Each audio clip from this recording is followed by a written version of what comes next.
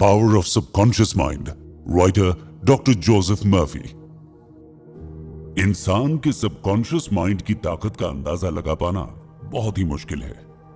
अगर कोई इंसान इसे सही तरीके से काम में लेना सीख ले तो वो अपने सपनों को सच कर सकता है।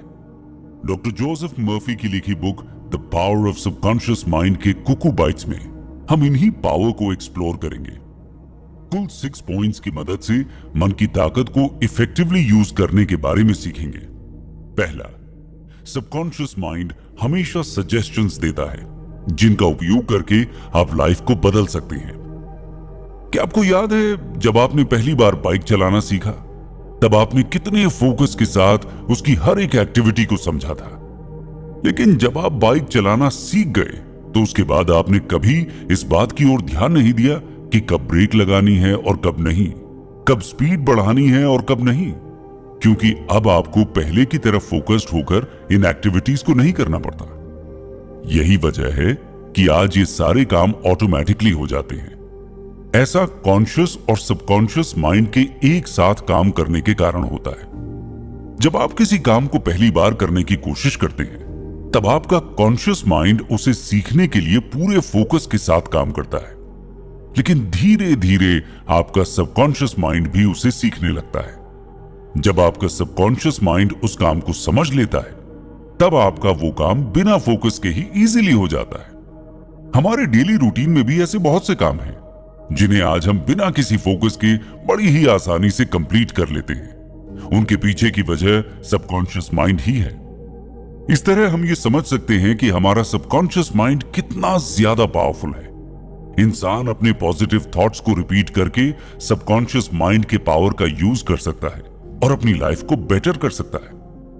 चलिए इसे एक एग्जाम्पल से समझते हैं।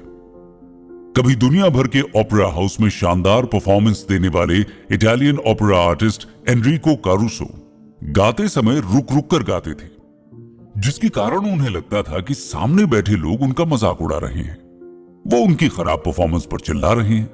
ये सोचकर स्टेज पर पहुंचने से पहले ही एनरिको पसीने से भीग जाते थे और पूरी तरह से घबराए हुए रहते थे। लेकिन उन्होंने अपने सबकॉन्शियस माइंड को अपने डर पर काबू पाने के लिए समझाना शुरू किया। एनरिको हर दिन इसकी प्रैक्टिस करते थे। धीरे धीरे इस प्रैक्टिस ने तो सच में चमत्कार ही कर दिया। अब एनरिको स्टेज पर जाने से पहले ना तो पसीने से भीगते थे और ना ही घबराते थे, जिसके बाद एनरिको ने यूरोप और अमेरिका के हर एक फेमस ओपेरा में शानदार परफॉर्म किया। इससे पता चलता है कि हमारा सबकॉन्शियस माइंड बहुत पावरफुल होता है। ये इतना पावरफुल है कि इसे जो भी कहा जाएगा ये उसे आपके सामने ही सच कर देगा। सबकॉन्शियस माइंड की पावर को समझने के लिए हम स्कॉटिश सर्जन डॉक्टर जेम्स एस्डेल का एग्जाम्पल लेते हैं। डॉक्टर जेम्स ने 1843 से लेकर 1846 तक करीब 400 ऑपरेशन किए थे, लेकिन इन ऑपरेशंस की सबसे मजेदार बात यह थी कि उस समय तक एनेस्थीसिया की खोज ही नहीं हुई थी और सभी ऑपरेशंस एनेस्थीसिया के बिना ही किए गए थे। लेकिन फिर भी उनके द्वारा किए गए ऑपरेशन की डेथ रेट बहुत ही कम यानी 2 से 3% तक ही थी। यह सब सबकॉन्शियस माइंड की पावर के कारण ही संभव हुआ। डॉक्टर जेम्स अपने मरीजों को हिप्नोटिकली सजेस्ट करते थे कि ऑपरेशन करने से उन्हें इंफेक्शन नहीं होगा। देखा जाए तो डॉक्टर जेम्स अपने मरीजों के सबकॉन्शियस माइंड को यह समझाने के लिए ट्रेंड करते थे कि उन्हें इंफेक्शन नहीं हो सकता, और सच में ऐसा ही हुआ।